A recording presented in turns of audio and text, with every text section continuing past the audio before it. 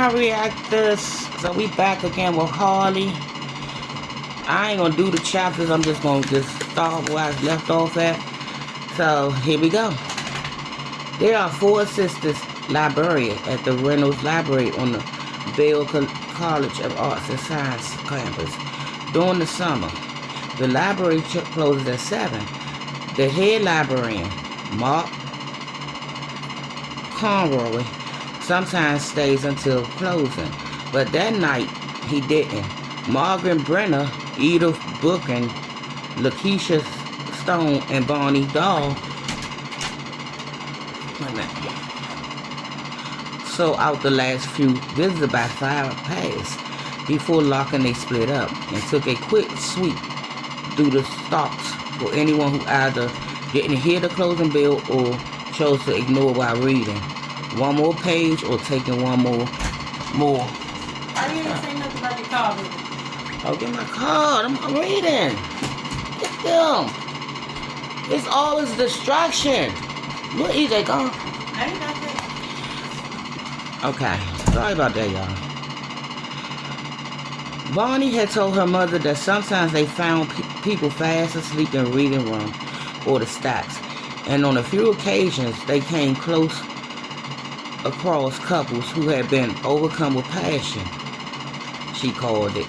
They also checked the restrooms on the main level and on the 3rd floor. That night, all the customers were gone.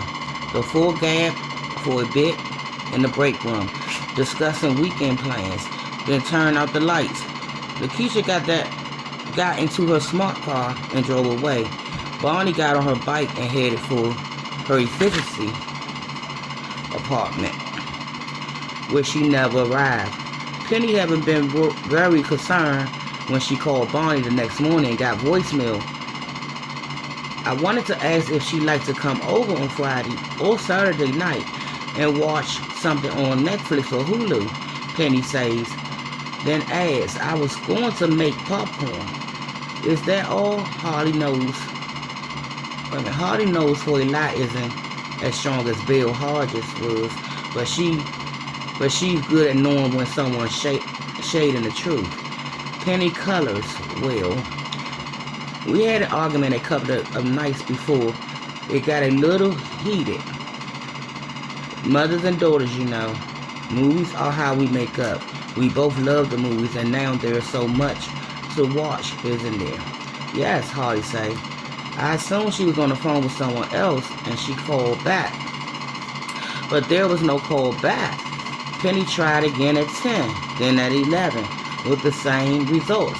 One ring and then voicemail. She called Lakeisha, Bonnie best bud on the library staff, to ask if Bonnie was still mad at her. Lakeisha said she didn't know. Bonnie hadn't come in that morning. That was when Penny began to worry. She had a key to her daughter's condo apartment and drove there. What time was this? I was worried and not checking the time. I think around noon. I wasn't afraid she got sick with COVID or something else. She always take precaution, and she always been very healthy.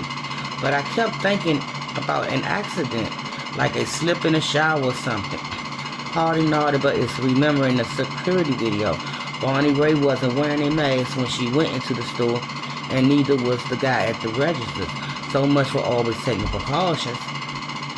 She wasn't at her apartment and everything looked normal, so I drove to the library, really getting worried now, but still wasn't there and had to call in. I called the police and tried to file a missing person report, but the man I talked to, after being on hold for 20 minutes, told me that it had to be at least 48 hours for a teen, minor, or 72 hours for a legal adult. I told him how she wasn't answering her phone, like it was turned off, but he didn't seem interested. I asked to speak with a detective, and he said they were all busy. At 6 that evening, back home, Penny got a call from Bonnie's friend Lakeisha. A man had arrived at the Reynolds with a blue and white Bruin City 10 speed in the back of his pickup. That kind of bike has a package carrier, too, to which Bonnie had passed a bumper sticker reading, "I love Reynolds Library." The man, Marvin Brown, wanted to know if it belonged to someone who worked at the library, or maybe someone who used the library a lot. Otherwise, he said he guessed he probably should take it to the police station because of the note on the seat. The note saying, "I had enough," Harley says. Yes, Penny's eyes had filled with tears again. "But you wouldn't call your daughter suicidal?" "God, no," Penny jerked back as if Harley had slapped her. A tear spills down her cheek. "God, no, I told Detective James the same thing." "Go on." The staff all recognized the bike. Mark Conroy, the head librarian, called the police. Lakeisha called Penny. "I kind of broke down," Penny said. "Every Psycho Stalker movie I ever saw flash in front of me." "Where did Mr. Brown find the bike?" "Less than 3 blocks down Red Bank from the Jet Market. There's an auto repair shop for sales across from the park. Mr. Brown has a repair shop on the other side of town, and I guess he's interested in expanding. A real estate agent met him there. They examined the bike together." Penny swallows. "Neither of them liked the note on the seat." "Did you talk to Mr. Brown?" "No, Detective James did. She called him." No personal interview, Harley types, still keeping her eye on Penny, who was wiping away more tears. She thinks Marvin Brown may be her first contact. Mr. Brown and the real estate man discussed what to do with the bike, and Mr. Brown said, "Well, why don't I run it up to the library in my pickup?" And after they looked